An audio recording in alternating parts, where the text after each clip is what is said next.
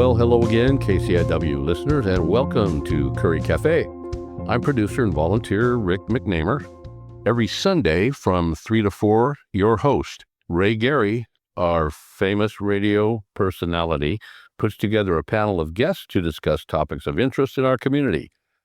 Now, we have a text line, but not operating at this time, so I won't give it out until we get more information. So our thousands of texters are going to have to wait. Sorry. Again, that's okay. I'm not going to repeat that text number because I don't need it yet. And by the way, happy Labor Day weekend, I guess, out there. Okay, so here's Ray to tell us about today's show. Okay, well, we have a kind of a review show today. We're going to be talking about the Wild Rivers Film Festival that just finished. Yes. So, and we have two prominent members of that organization here. And three, actually. Three. Oh, that's right. I forgot we have one far away. What it is he has been hanging around here for over a couple of months, and we all just got sick and tired of him and said, get out of here and go home, which he did. But he still has a presence on the telephone, and I'll let him introduce himself. You know you miss me, Ray. Yes, I do. We all miss you. Yes. Yes. Hi, guys. I'm Dan Springen, Executive Director of the Wild Rivers Film Festival. Thanks for having me on again. Love having you. Okay. And we also have... And I'm Sue Wright, one of the founding members of the Wild Rivers Film Festival. And I'm Bev Juday. I'm the current president of the film festival. Okay, who'd like to start off by telling us what a film festival is and how it happened to wind up here? I guess I'll jump in there. I'm probably the troublemaker that's responsible for this. Yes. So a group of us got together back in 2020 during COVID and filmed a small town Nutcracker story with the Wild Rivers Dance group. And we, in due time, took that to premiere at the Orlando Film Festival, where it won a Cast Ensemble Award. It's a beautiful little film. And after the awards ceremony, I got to talking with Dan, and I let him know how much I appreciated the way he ran the Orlando Film Festival, and that there was a group of us here in Brookings that had wanted to launch a film festival for some time, and would he be interested in helping us do that? And he said yes. So that's how we got that conversation started. There was a group of 12 or 15 of us at the beginning that put together a nonprofit board, and we called Dan back and we said, we're ready to rock and roll this, and he said, okay. So this was our third year. It was bigger and better than the first 2 years. I think the community is really beginning to understand what a film festival is and appreciate it. So I think so too. Not only have we grown as a film festival, but Sue makes it sound like it was really, really easy. She is like a tornado to keep up with, because not only did she approached me one day and she said, would you like to be on the board? And I thought, yeah, this sounds fun. This sounds great, right up my alley. I'm recently retired. I don't have a lot to do. A little bit of time here will be great. It was way more than a little. And she took off running. It went from film festival to also including a school for youth groups up here, youth locally. So it has never stopped. She says she's a troublemaker. She is. She never stops thinking of new things to add. So here we are, year 3, still growing, still taking on new challenges. And Dan helped us hatch this dragon, and he keeps helping us train it. So we couldn't do this without him. That's right. I was just going to turn the microphone back to Dan and apologize to him, first of all. And in fact, he's an extremely talented person with unbelievable energy. It seemed like every time I turned around, while I was any place at the festival, he was standing there directing things. And he's also an incredible musician and singer. Yes, he is. So if you're not too embarrassed, Dan, do you have anything to say? Yeah, I just want to say, as soon as I got home and I got back to the heat, I instantly said, Orlando's going to have to do something really, really nice for me. Because if they don't, you may be seeing more of me, Ray. Just put a cot out at your place, and Actually, I have a room. I have a whole room. Private entrance. I'll bring a guitar and some mermaids. Okay, yeah, we definitely want to have some mermaids. You mentioned the heat. How about the hustle and bustle of that part of the world?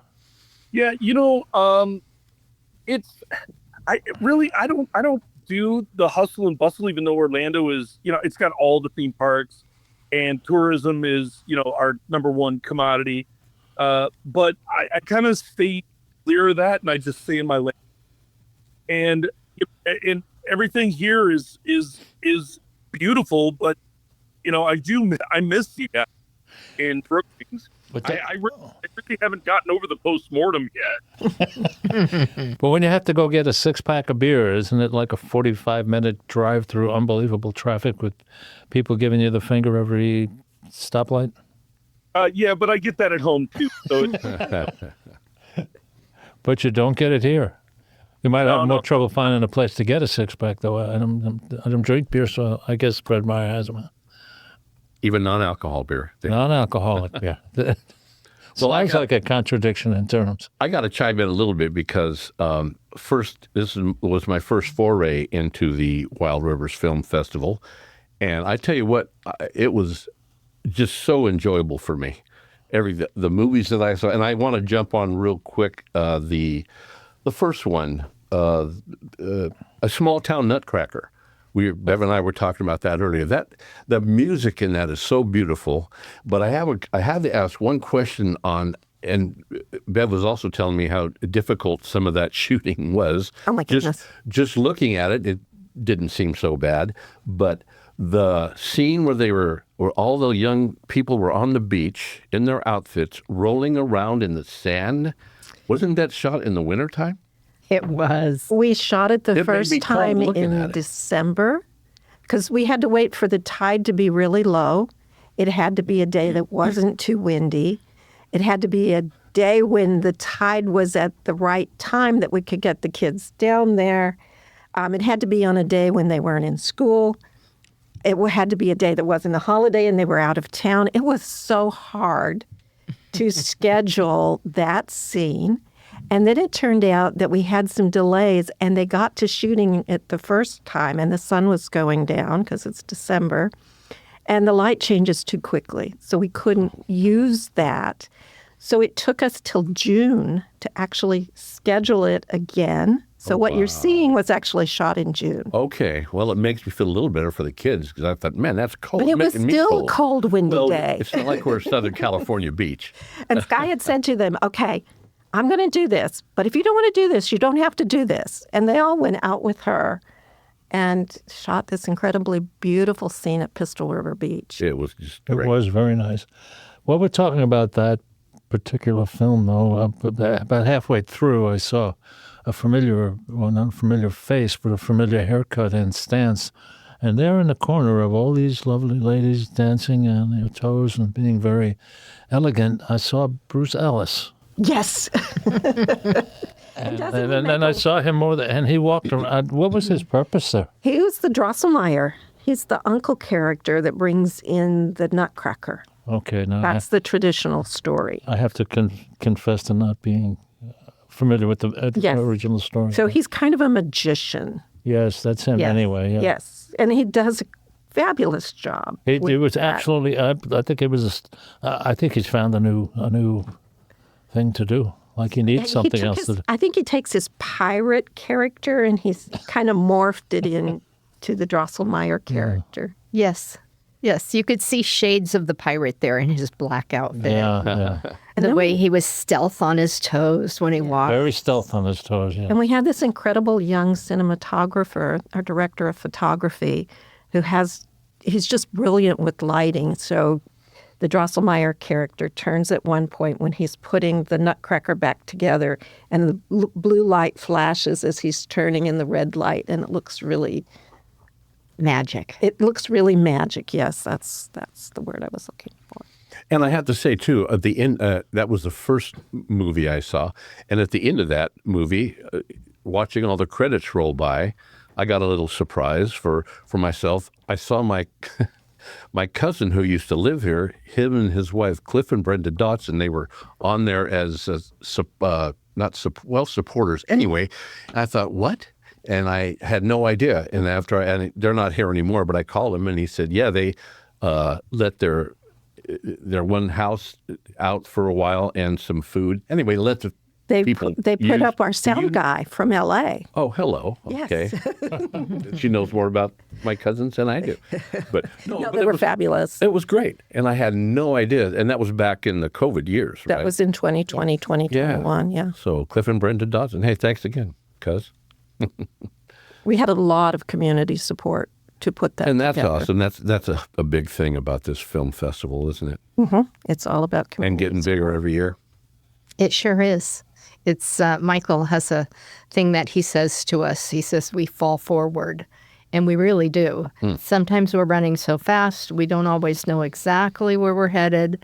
We know where we want to go, but we just seem to be doing things right, no matter which way we turn. Well, It sure turned out right. My biggest complaint, I found it to be exhausting. Trying to go from one movie to the next. One I actually did have to leave because I was falling asleep and I caught it the next day. Well, mine was just the opposite. I wish now I would have spent more time. There was movies that I didn't see, but God, the ones I did were just fantastic. I was especially intrigued with, probably my favorite was The Grand Salmon, about the three ladies that went down the, how many 1,000 miles on kayaks, and the strength and fortitude it took. I saw there was one where they had to haul they were walking their kayaks down. I can't remember how long it was, but it was just amazing. And the story was amazing. And they won our Focus on Nature award this year. Oh, okay. That's one thing I didn't get to do either, was the awards ceremony. Right. I missed that. But next year I plan on a lot more activity. Dan hosts a beautiful award ceremony. He does. And what you're describing, the disappointment of not being able to see as much as you wanted, we hear that a lot. Just the ability to see all the films, you think you're going to be able to do it. It's 4 whole days, and everybody runs out of time. So we're constantly looking at ways to bring those films back throughout the rest of the year so that people in the community have another chance to try to see them. That's a good point, because I was telling my other cousin who lives down around Sacramento, in Auburn actually, but about how I love these documentaries that he would love, especially that Grand Salmon, but you can't pull it up anywhere now, can you? No, they're not in distribution yet, except one of our films, Take From Me, they got distribution and they started streaming the 28th of August. So you can see that one now. Okay. What's the name? Take From Me. So that was one of the thriller movies. Film. What's that, Dan? I'm sorry. That is a strong film. It's wonderfully made. Cinematography is beautiful, and I knew it was only a matter of time before it got distribution. So I wanted to get it in, as soon as I could. And now they're in distribution. So we got I think their last bus go on. Yeah, and everybody who saw it that I've talked to thought it was great. And then they got the Best Actor award, they got the Best Visual Effects award, and they got the Best Cinematography award. So what exactly does streaming mean? How can we find it? I believe it's on Amazon Prime, but I shared it on Facebook. So if you go to the Wild Rivers Film Festival on Facebook, the verified page, the details are there. While we're talking about distribution and that type of thing, like I guess this fits in there. I think a lot of people think that these are like home movies and things that people have put together by themselves with their family or something. Could somebody explain exactly what these independent films are and what the distribution? Did they get paid to be in this film festival, or do you pay them, or is this just a way for them to get their work out there? Dan, you want to take this one? Sure, I'd love to. So the beautiful thing about a film festival is we're showing independent. So that's independent of Hollywood studio influence. And all of these films are made usually between, say, 100,000 and maybe $1 million. Let's just say it's probably in that ballpark. And if they don't go into worldwide distribution, the only place that you're going to be able to see movies like this are at a film festival. That's why film festivals are so important, not just to the community, but to the lives of these young filmmakers who make these films and get them out, allow people to see them, and then get critiqued. And ultimately, with the laurels that they win from film festivals, it helps them to get recognized by distributors. And in Orlando, we've had hundreds, and that's no joke. We've had hundreds of films that have come through the Orlando Film Festival and wind up getting worldwide distribution through the festival circuit, and with the help of us here in Orlando, and now with the help of Wild Rivers Film Festival, these films are getting more notoriety. They're getting more views. They're getting more eyes on the screen and more butts in the seats. And that's what it really takes for an independent film to get into worldwide distribution. So we're doing a service not only for the community to be able to have a different form of art available to them, but we're doing a service to these young filmmakers to jumpstart their lives and get them going on their career path. So if I've got a film, how do I know that there is a Wild Rivers Film Festival? Well, so the first thing is, if you have a film, we have what's called, it's a portal, and it's called FilmFreeway. And if you look up Wild Rivers Film Festival on filmfreeway.com, you can enter your film, then it gets vetted, right? We don't play every film that comes in. You don't want the film I have of my cat playing with a ball. No, that one I would play. It's really cute. You might want it, but go ahead. I'm sorry. No, that one I would play. I mean, like a double feature. Yes. Yeah, we're working on part 2 right now. But the cat's getting old, though. But yeah, so if you have a film, if you're out there and you're listening and you have a film, it's filmfreeway.com, and you search for Wild Rivers Film Festival, and you'll find it. So if you have a film and you not necessarily want to come here, you just want to get in a film festival, I guess that would be the same place? Yeah. And even if, so Film Freeway hosts over 5,000 film festivals. So, wow. So if you've got a horror movie and it may not be right for Wild Rivers Film Festival, it may be right for like DC Shorts or Horror Fest or whatever. But you can, if you have a movie, of course I want to see it for Wild Rivers Film Festival, especially if it's been made in Oregon. But if you just want to get your film out to a film festival that is more in your genre, you can look up all the horror film festivals and you can submit to them. But just remember, we play horror films too. So submit to Wild Rivers Film Festival first and then go play around on there. So I want to add on to this, Ray, while you're asking about. So with Small Town Nutcracker, that's where we went with it first. We put it in the film festival circuit. And we actually submitted it to several dozen film festivals. And it's played around the world. And it has more than a dozen laurels, so awards, a Best New Director, a Best Cinematographer, the Cast Ensemble Award from Orlando Film Festival. It has a couple from Europe. So it's got about a dozen laurels on it now. And recently, Manatee Studios has reached out to work with us to finish that, to get it into distribution. So we've got a little bit of work left to do. But that's kind of, so we first started it in the film festival in late 2021 and early 2022. Now we're in 25 and we're just at the point of getting it to a distributor. Okay. Does that help? Distributor, this, yes, well, a distributor handles different films of different levels. There's Gone with the Wind, and there's the Small Town Nutcracker. So, Yes, right.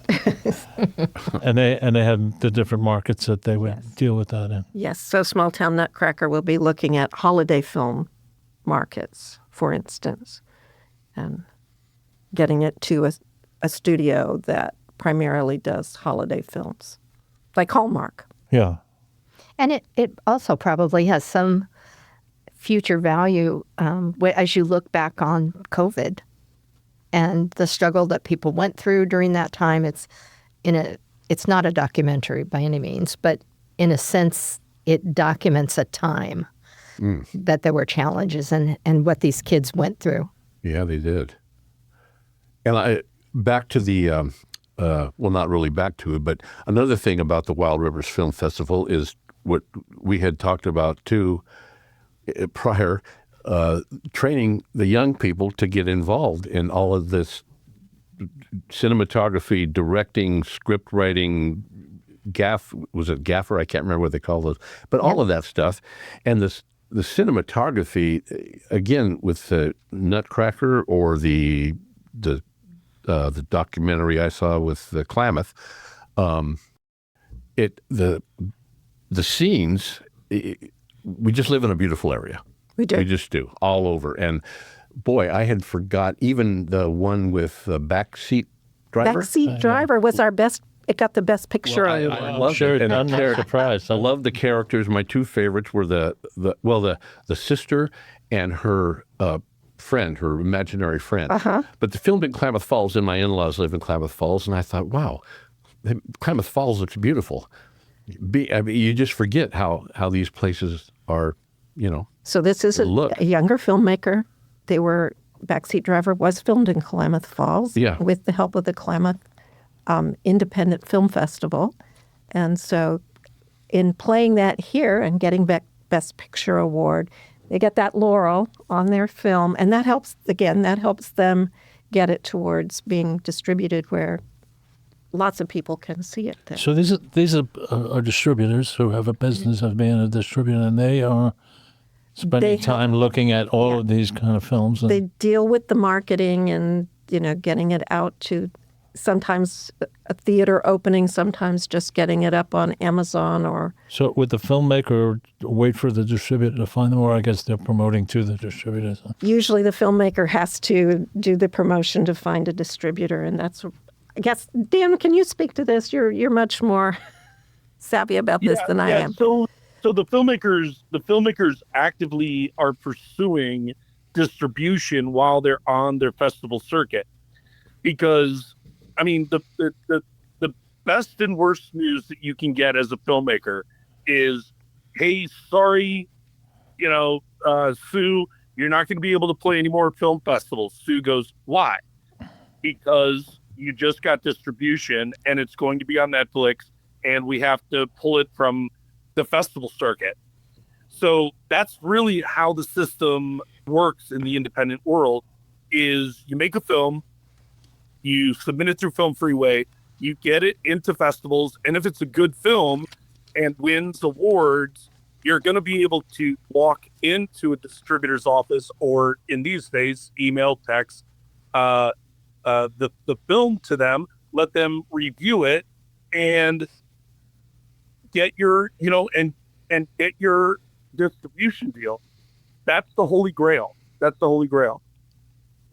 Maybe I misunderstood you. So if you're a filmmaker and you get a film like that picked up for distribution, does that kind of take you out of the independent film?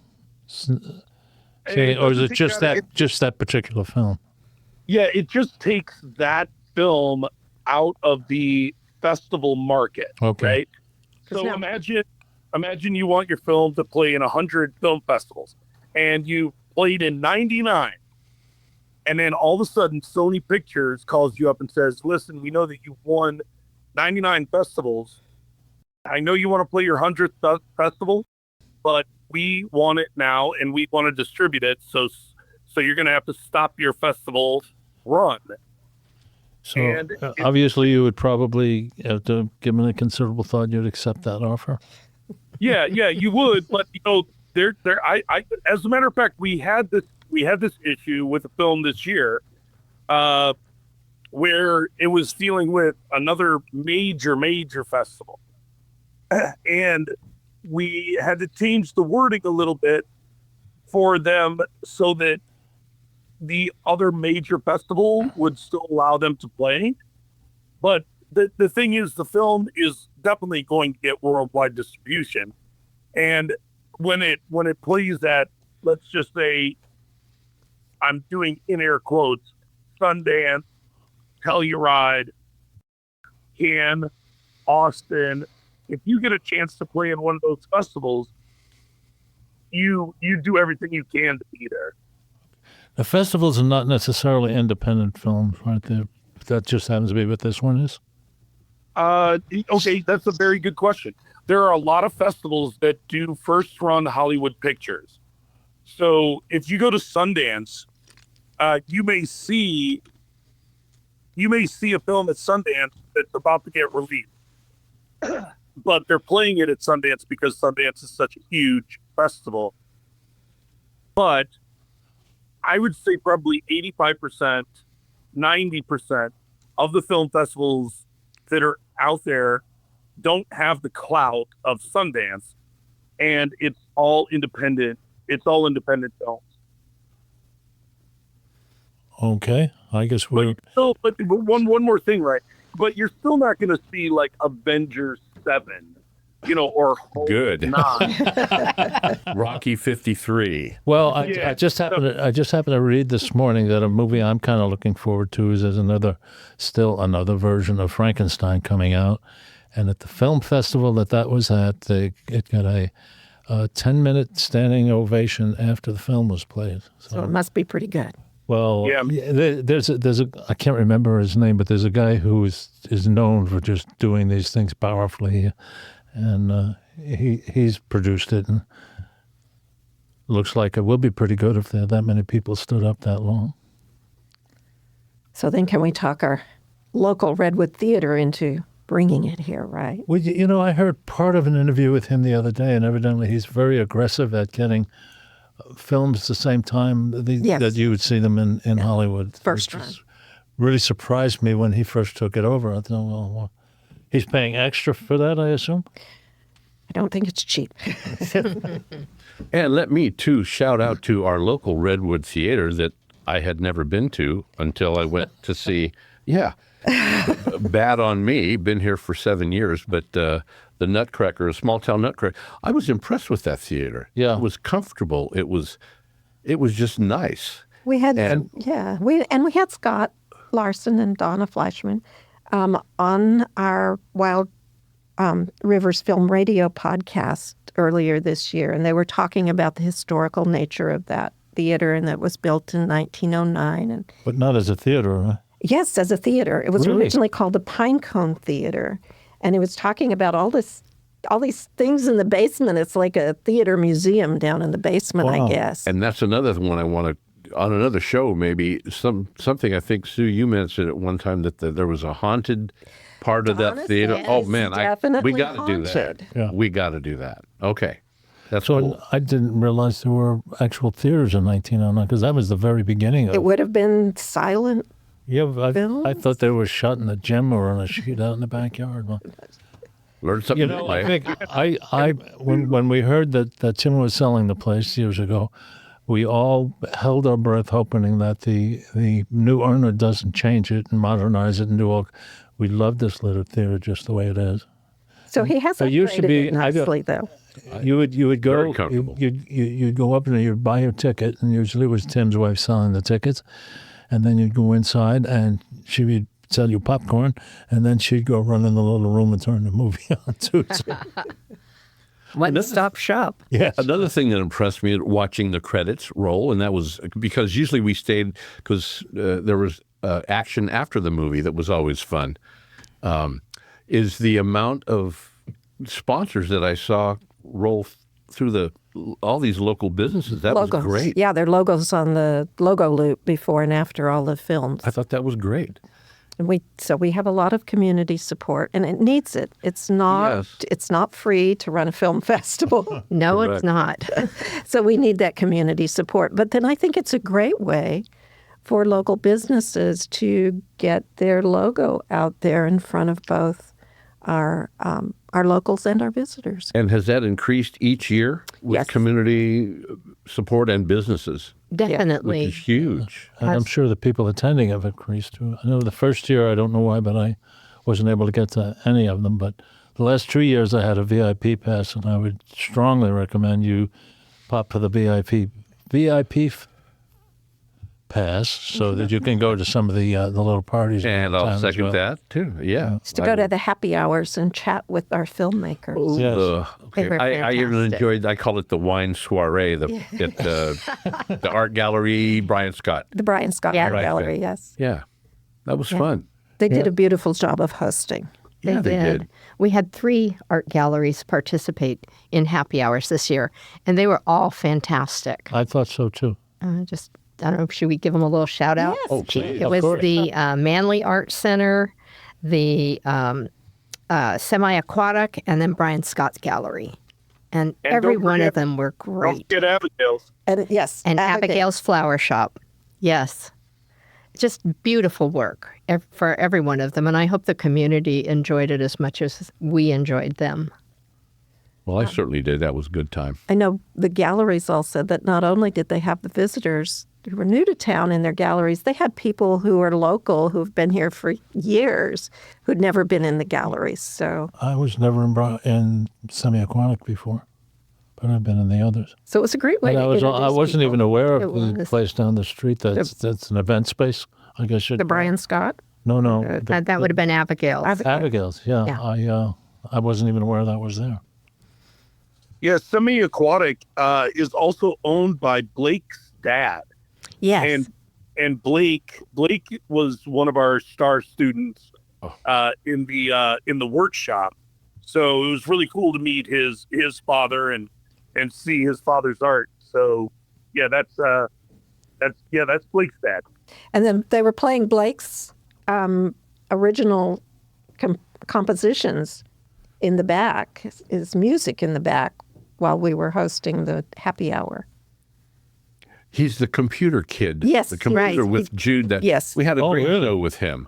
This is a really good time to talk about the different ways that you can support us, too. Oh, In addition to selling sponsorships, which is kind of a value proposition when we sell a sponsorship, we give back. You talked about the credits, how we roll that. If you took like a $1,000 agate sponsorship, they get, for $1,000, they get 4 free tickets, and that's a value of $600. And then in those credits that you see rolling and on the backs of the T-shirts the volunteers are wearing, you get more than 5 hours worth of exposure for your business during the 4 days of the film festival. And if you think about that, That's just on the screen. yes, that's just on the Plus people- screen. Plus people wearing those shirts around town for the next year. Exactly. So if you looked at that and you really were adding it up, that's $400 that you paid for all that exposure. But another thing we launched this year that's slightly different is a Founders Circle.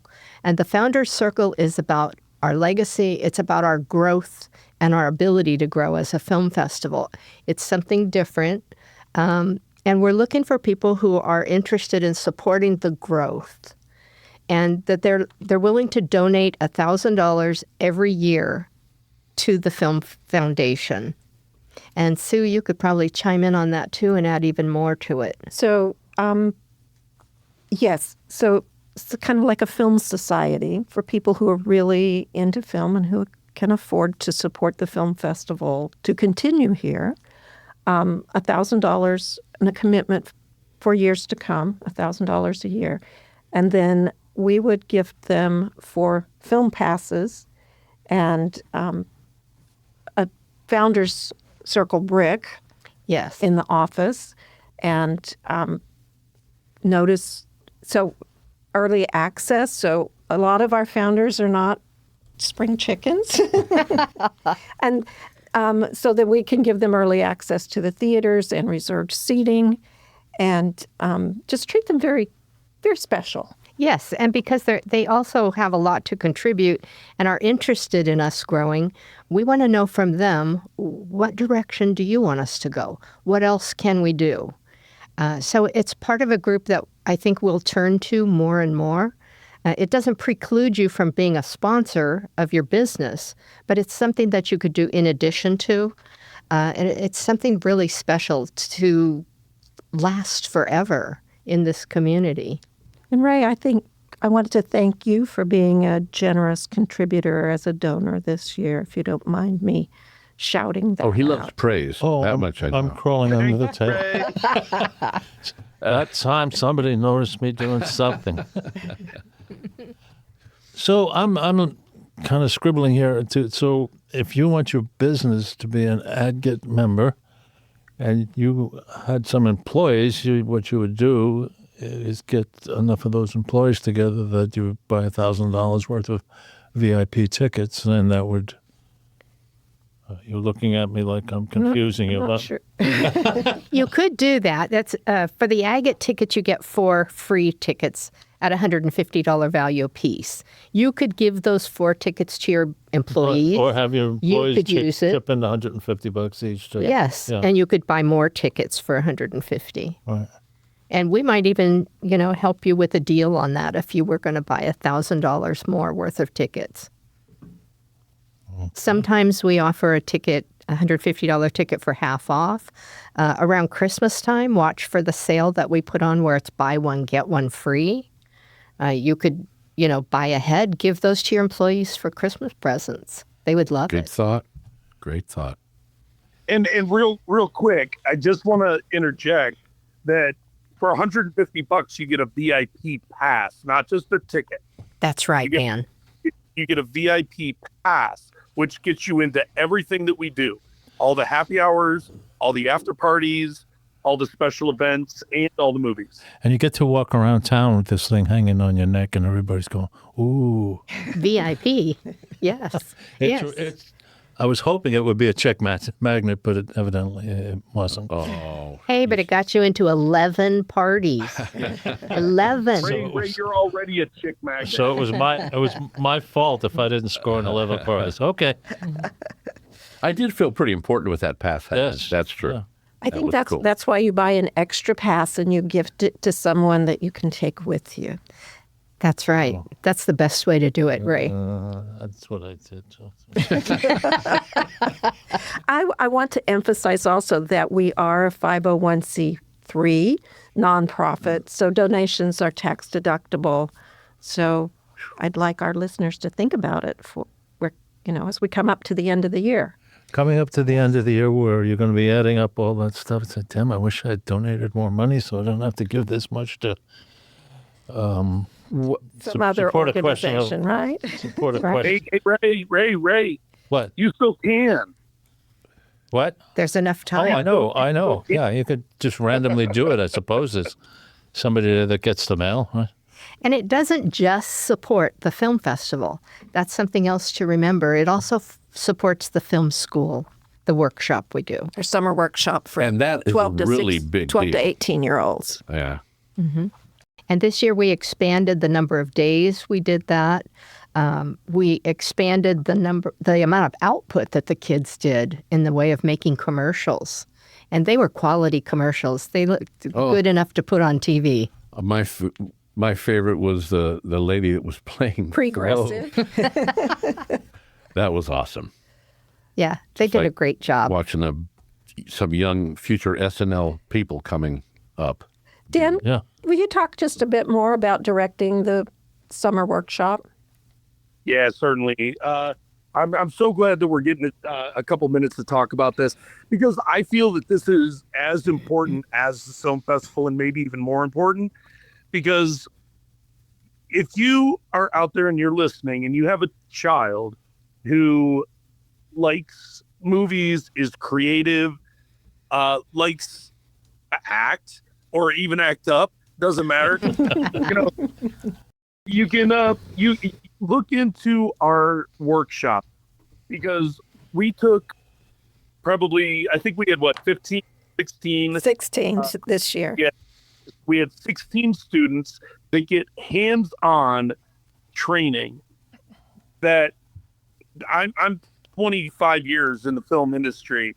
So I bring what I know and then also bring great educators in as well who are also professionals in the industry to teach your kids, to teach the children of the Wild Rivers area how to make films. And that's the key to infrastructure, is having people within the area who are going to be ready to step into roles when movies come to town. And they had so much fun. They're so creative. They're so talented. And I just, I can't say enough about how much fun I had teaching them and then watching them grow and seeing them take the camera and seeing them take the sound gear and seeing them set up the scene as an art department and shooting our SNL type show, and then being able to show it back to them at the film festival was very gratifying. But bigger than that, they're getting an education and they're learning that this industry pays the bills. It's not a pipe dream. It's a labor. Like it's like if you're going to become a plumber, or if you're going to become a roofer, or if you're going to become a carpenter, if you become a gaffer, that is your trade, and you are now setting up lights for films, and the rates that you're making are very high. Just to give you for instance, like an average rate for anybody who walks onto a film set is $350 to $550 a day. Is that all those people that are just standing around? Yeah, you know what? I used to go to LA once in a while, and you can't help but drive up on a shoot, and it seems like it's almost like working for the state on the highway department. A couple of people doing something, everybody's standing around watching. Well, here's actually the real the real answer to that, Ray, is so everybody does their job and they're working, and then when we say action, everybody's standing around except for the actors. Mm-hmm. I'm joking. No, of course, but just wanted to just lead that out there. Is it's hard work, it's labor intensive, but it's also a job where at the end of the day, your work will be alive and out there forever and ever and ever. I mean, think about Casablanca, right? Think about Gone with the Wind. Those people who made that film have now left us, but what they left us with is a memory that we'll never forget. Yeah, that's pretty powerful. We're going to do a show pretty soon talking about movies, old movies and classic movies, and Casablanca is definitely on the list of the interesting stories that go along with that, but the fact that it was made as a B movie, and Ronald Reagan, of all people, almost played Rick, and just lots of things. Yeah, Joe Vogel would be an interesting guy to have on that show because he is a true cinephile. He's a great guy. He knows his movies. He knows his movies, and he's a treasure to your community. Ray and I are both writing that down as we speak. I don't know Joe this person, Vogel. evidently. Joe Vogel. He's longtime Brookings resident. He's a retired astrophysicist. He has a home theater with a collection of over 4,000 titles. I've heard of him now that you mention that. Yes. Yeah, so okay, we'll try to get a hold of him. I can help you do that. That'd be great. Okay. And also, we're talking about, like Dan, everybody was talking, these kids that are learning these trades, if they're learning them now, they love what they're doing. They do. They can make a very good living loving what they're doing, and that's not everybody can say that. I think that's something really important for kids to know, that it's possible. Yeah, You can love what you do. It's kind of what I was going to say. It's a foot in the door to an industry that seems like Oh, I don't know. I'd have- Maybe being an astronaut or working in the film. And this kind of shows you that you can do it. And the students that came out of this year's workshop, and for some of them, this was their second year, some of them have invitations to do internships next year. That's great. That's just awesome. It really is. Yeah, it was pretty impressive. And most of them want to come back for a third year. So that's, I think for me, that was the biggest indicator of success was, You bet.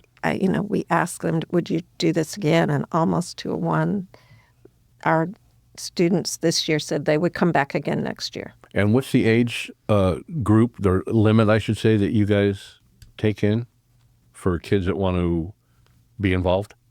I think they were 12 to 18. So there's no really set limit.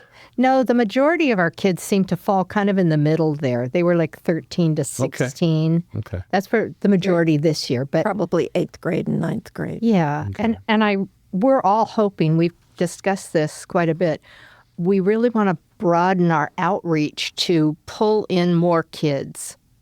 And it costs a lot to do what we did for 16.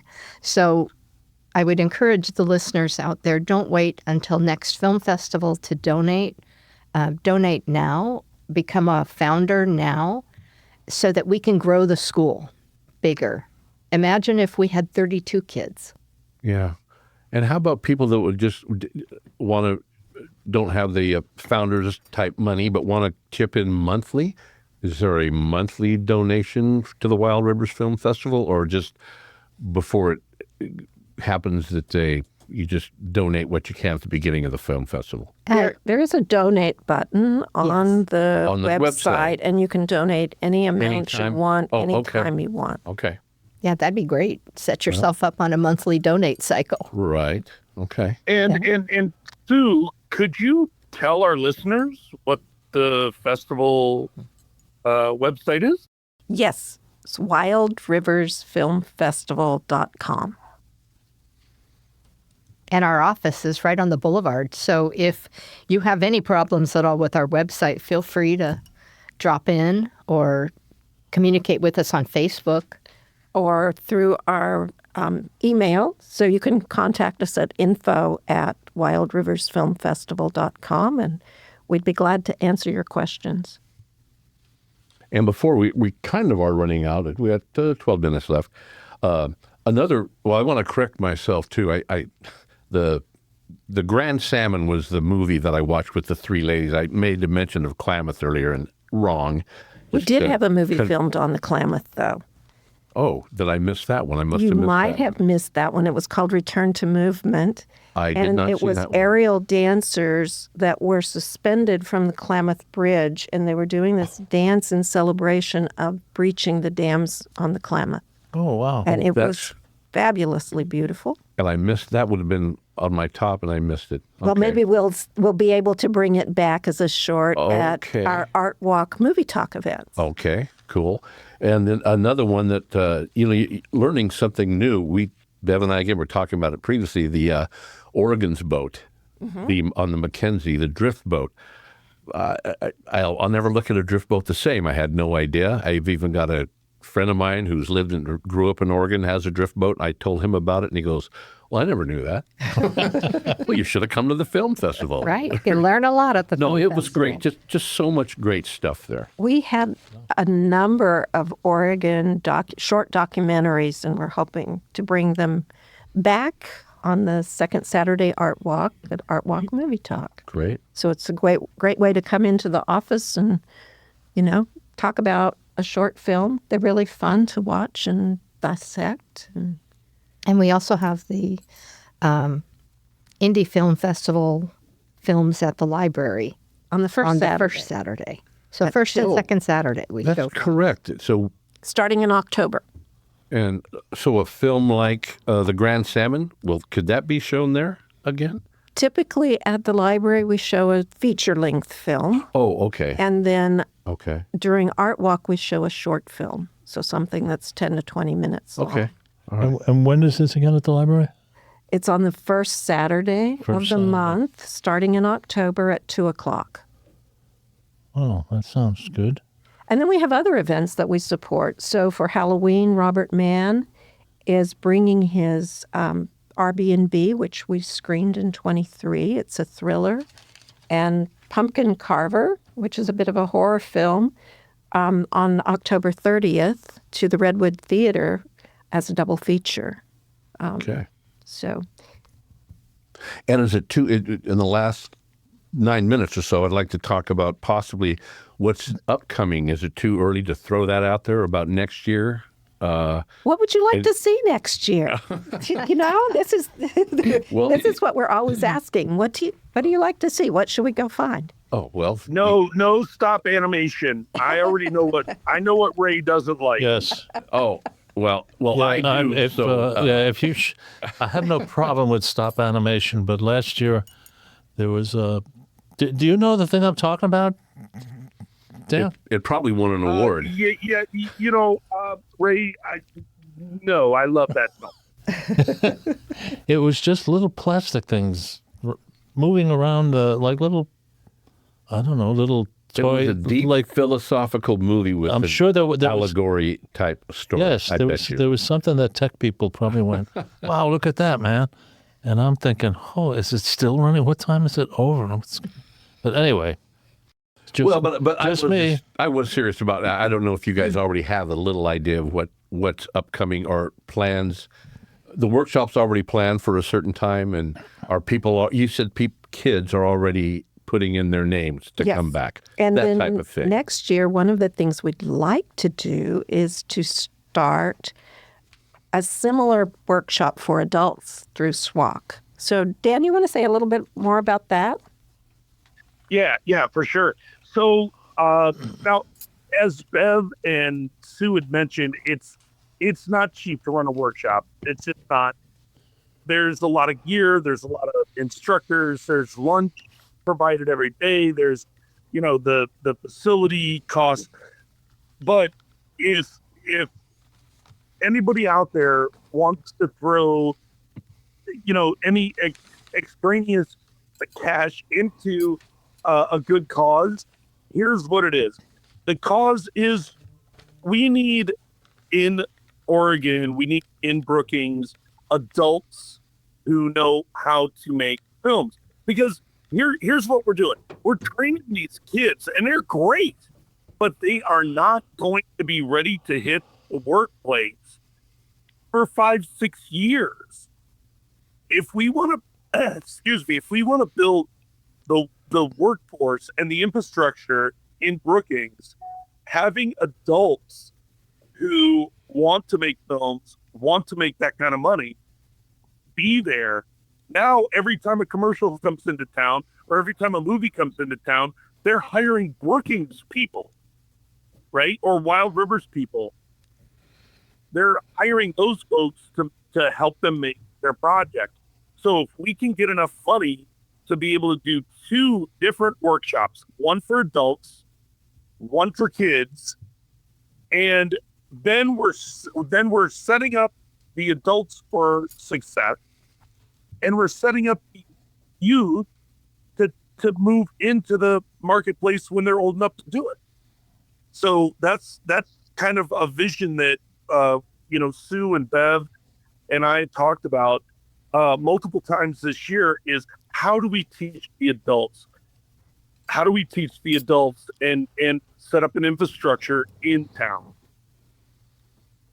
And we've had a number of parents and other people in the community that have said, oh, I would really like to do something like that workshop, but I'm too old for the youth workshop. And it's like, yes, there are adults in this community who would really like to get the skill development to be able to run a camera or run the sound or any of those multiple. We're talking about hair and makeup and script supervising and just so many. Even set construction. Yes. Everything. And so far we've brought this free to the students we've had. We don't want to get to the point where we have to charge for students, but to add on a whole nother workshop, all free tuition, we really need a lot of community support. Well, and like we said, or you guys said, it's getting bigger every year, It is. and that's a good way to look at it. And we want to make it sustainable. In case somebody has just tuned in or they weren't listening to the whole thing, the previous few minutes might make it sound like this is all done by kids and produced by kids and things like that, and it's not real films. It's just exactly the opposite of that. Even the ones that are produced by kids are done very well. Yep. These are very professional films, and like we've said earlier, they're looking to be distributed. So don't think you're going to go and sit and watch high school kids doing silly skits. That's Yes. not what it is at all. Absolutely. No, it's a professional workshop, but we're bringing professionals in to teach kids who, once again, won't be in the workplace for 5 or 6 years.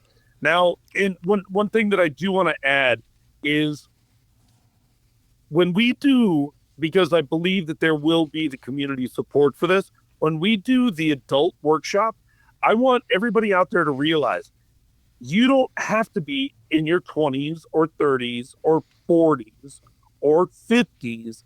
You can be 60 years old, 70 years old. You can still get around and get on a set. You can do some of these jobs. There's a lot of jobs, like hair and makeup. Are you an amazing hairstylist? I don't care how old you are. Are you good? That's what it takes in the film industry. Nobody, I get on a high horse about this because all of my pros that I use from my films, because I'm a professional filmmaker, that's what I do for a living. All of my team are in their 50s because they have the experience, they have the knowledge, they understand the rules of the set. Be on time. Don't be a cancer on the set. Come in, do your job, make your money, go home. I'm glad I'm glad you mentioned that older people can. I think the average age here I read some places 65. Well, And those would be the young. I don't think I have any friends that are that young. well, maybe Ray and myself could look for a possible leading man role in our later years. I've been waiting for 81 years to be discovered. Maybe next year will be the year. Well, You listen, never we know, are Ray. we You are never winding know. down. Couple more minutes to go. Want to thank Dan, Sue, Bev, and Michael for taking care of the inside work. I want one little quick shout out for people out there might be listening. We have a SOCAN meeting this Tuesday for those concerned about the environment and climate change in our community at the library starting at 5:30. So, and that's led by Mr. Bill Gorm, our marine biologist scientist here in town. So we like to have people there. So anyway, back to the Wild Rivers Film Festival. Thank you guys. And any final words on that? I have nothing but praise. Like I said, I'll be there next year with my VIP pass. You don't have to wait until the festival rolls around in 2026 to purchase tickets. Well, there we Or go. VIP passes. So, Okay. You need the money well before the festivals. oh, we sure do. Yeah. And I'm going to encourage everyone to go to our website at wildriversfilmfestival.com. And at the very minimum, put your email in there for our newsletter so you know what we're doing and you can take part in our Okay. events all year. All right. Thank you, Dan, from Orlando, Florida. Y'all been listening to KCIW LP 100.7 FM in beautiful Brookings. Thank you all. Bye, guys. Thank you. Adios. Yeah. Yeah. Bye. From Orlando. Thanks, Ray. Thanks, Rick.